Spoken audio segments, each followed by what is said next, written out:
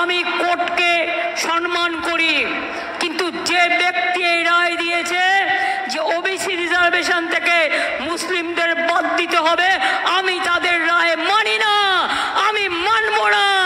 OBC reservation চলবে, এর জন্য উচ্চতর কোর্টে যেতে হলে যাব। এরা আমায় চেনে না যে আমি মাথা নত করার লোক নই। আমি বারবার বলেছি, কেন মুসলিমরা তপশিলীদের চাকরি করতে যাবে, তাদের রিজার্ভেশনে ভাগ বসাবে? ওদের এত খারাপ ভাবার কোনো কারণ নেই, তুমি পছন্দ করো না বলে। কিন্তু মনে রাখবেন, আপনাদের মধ্যেও দু একটা গদ্দার ঢুকে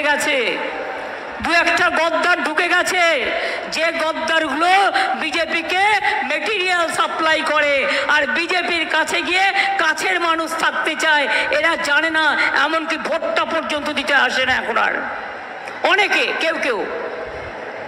আমি বারবার বলি, মুসলিমরা এত খারাপ নয় যে তারা তপশিলীদের রিজার্ভেশন কাটবে।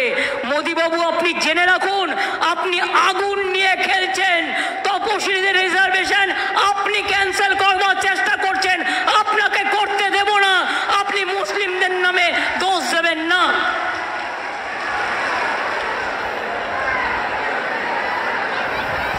ওবিসি রিজার্ভেশনে শুধু সংখ্যালঘুদেরটা বাদ দিয়ে দিলেন, এটা কোনো আইন হয়?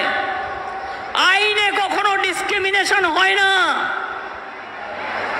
আমিও অ্যাজ এ লয়ার আমি আমার ভার্সন বলছি, আমার ওপিনিয়ন, এটা হতে পারে না।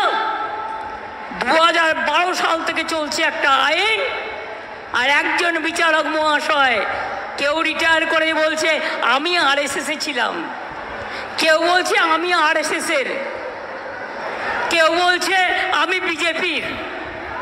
এই দিয়ে মানুষের বিচার হবে কোত্থেকে? মানুষের বিচার হবে না এ দিয়ে। আমি পরিষ্কার আপনাদের বলেছি, আমরা যখন ওবিসি রিজার্ভেশন করেছিলাম, আমরা আইন মেনে করেছিলাম, আমরা সার্ভে করেছিলাম, এবং সার্ভে করে উপেন বিশ্বাস তখন সেই কমিটির চেয়ারম্যান ছিল। মনে রাখবেন, আমরা একটার পর একটা কমিশন থেকে রিপোর্ট এনে করেছিলাম।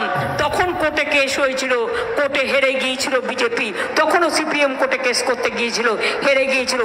আজও জেনে রাখুন, জনতার ভোটে আপনাদের হারিয়ে আপনাদের দাবি আমি মানব না।